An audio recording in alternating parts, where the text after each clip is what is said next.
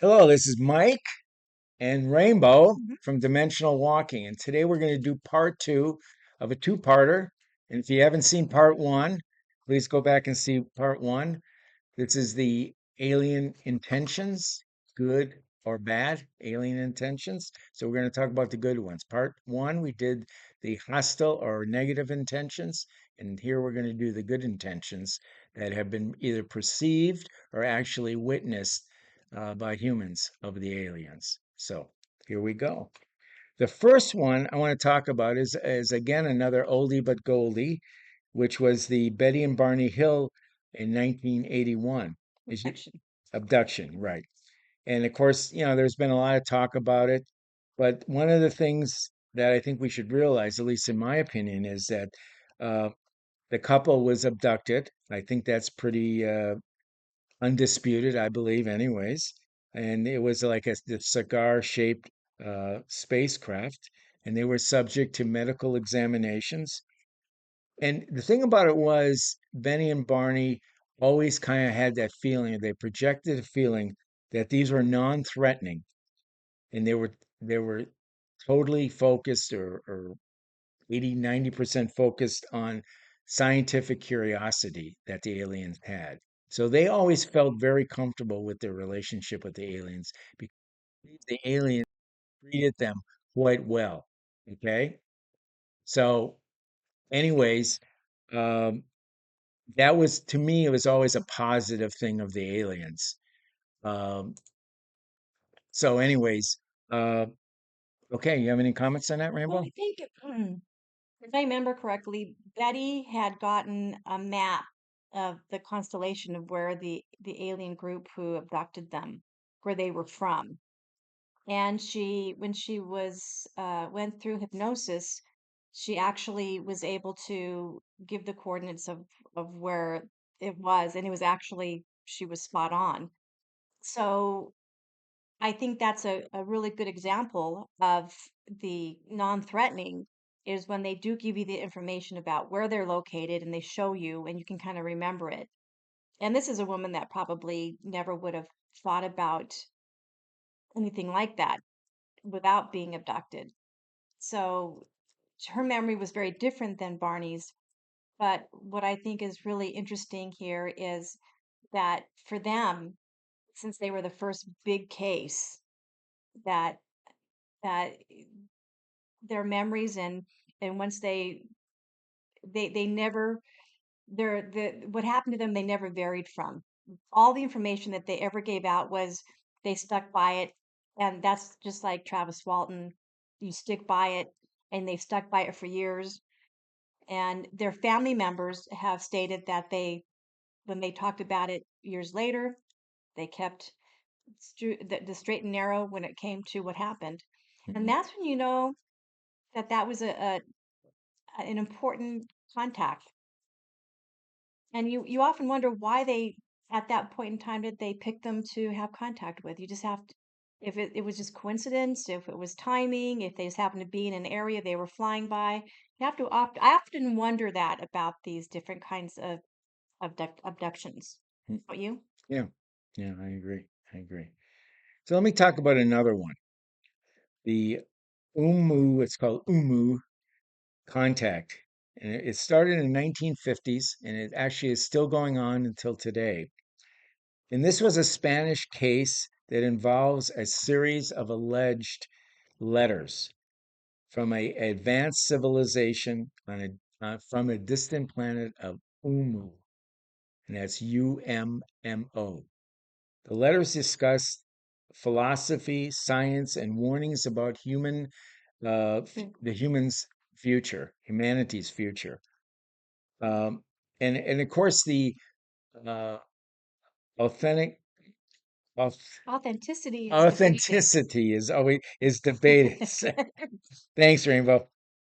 Some view it, but some really do view it. And I've read a little bit about this. I mean, some of the books, there were several books written that this was really it seemed to be a very peaceful attempt of communication with humans. So I always took it as a very positive thing. So, anyways, Rainbow, how Yeah. about you want to talk about Billy Meyer? Know a lot about him. He had um, contact from 1975 to present. He's a Swiss farmer. If you don't know anything about Billy Meyer, he's one of the few people that actually was able to record the sound of the UFOs that came to visit him. And I actually used to have a recording of the sound, and I was able to actually confirm the sound of the UFO that took me to the one that took him, and it was Okay. very, very similar. So as far as that goes, he was able to record that, and he's had the amazing contact with the Pleiadians, and they've taken him all kinds of places. They shown him, I believe, Mars, and they showed him, I think they took him back in time, from what I kind of remember. Hmm. And he's the one that has the photographs and the physical evidence of all his experiences. And he's actually written books about it as well. And there's people who have come to know him and document what's happened with him. And those people have actually seen the UFOs as well. I mean, Billy's one of the few people that can call them and the UFOs will come, which is pretty phenomenal. But that's just because that's the man that he is. And his, as far as what he, from what I can remember with Billy, is that the message that he's gotten has, while here we have peace and you know, Environmentalism. yeah, he's also gotten messages as well where there's problems that we have to address. And I think that's it with any different group that's coming here and contacting humans, they're going to have to give us the truth, brutal truth. And so, as far as he's concerned, he's one of my favorites. I believe him. He's got the evidence. People around him have seen them. He can call them to come down. And he's actually recorded the sounds of the UFOs themselves. So I believe him. Yeah, I mean, there's no doubt that there's a lot of people that don't believe Billy. Okay. I mean, they've talked about him having, these models that were look like these UFOs up in his attic and his house. And, there's a lot of stuff. I mean, I personally do believe it, Billy. I actually met two people that were in Switzerland with him. Um, and knew him very closely. I had them both of them speak in Atlanta at Atlanta UFO Forum, and so I met them personally, and they were really great people, and I honestly believed what they said. So And then who knows? he's been shot at. He's actually had somebody shooting at him, and he's had to actually hide out, and he's not as friendly as he used to be Right. because there's a lot of people coming up there wanting to have contact with him. Right. But he's also had people have tried to take his life, and so if he's lying, if he's not telling, if he's, I don't think that that would happen if they would, whoever it is who was trying to take his life would just, they wouldn't even bothered. But there's some truth to what he's saying, and so, and plus he's got a background. I don't know if you know Billy's background. I don't He was remember. a soldier. He was phenomenal. They had a name for him. I can't remember the name, um, uh, but he was a lone wolf. He was able to go out and do different things. Yeah, because he was a phenomenal marksman and soldier. Right. So, anyways, from Billy, there's no doubt the aliens that have contacted him have pushed a very positive message and very positive towards mankind. So, okay, Rainbow. So let's talk a little bit about how about this telepathic communication and symbolic messages. You mean when there's large groups of people when they contact? Sure, sure, There's whatever. those Go for it. children at that school. There's large groups of people who have been contacted who've seen the same thing and have talked to the same alien groups. How about anything on symbols? Do you have Well, I anything gave on? you the I was given a symbol for you. That was, I showed in one of our last videos that we did together. Mhm. Um, I've seen symbols, I've written them down. I don't know if the symbols have necessarily ever helped me figure out what they're trying to tell me. Unless Right. you know their language and know what their symbology is all about, it can be like the anything that's the Sumerian text. I mean, if you don't know the language or you don't know the symbology of what you're reading, it doesn't matter because you have it, but what do you do with it, right? So one of the other symbol things I that just came to mind was the crop circles. So looking at crop circles basically are very positive. You know, you get the feeling if you actually look at them and see them, you know, especially even just looking at pictures from flyovers, there is this peace that seems to be emitted from it that affects me. I know it affects other people too. So crop What circles, affects you looking at a crop circle. on pictures? Yes, on a pitch from a picture. I don't have to be there, but just this symbol, the symbol itself projects something, at least to me and other people that I've talked to. So, Well, they can actually mathematically decipher them. That that's one thing, that's a kind of information that they can gather from them. And the zeros and the ones, that if people get messages in different types of mathematics, they can be deciphered from that. sure. Okay.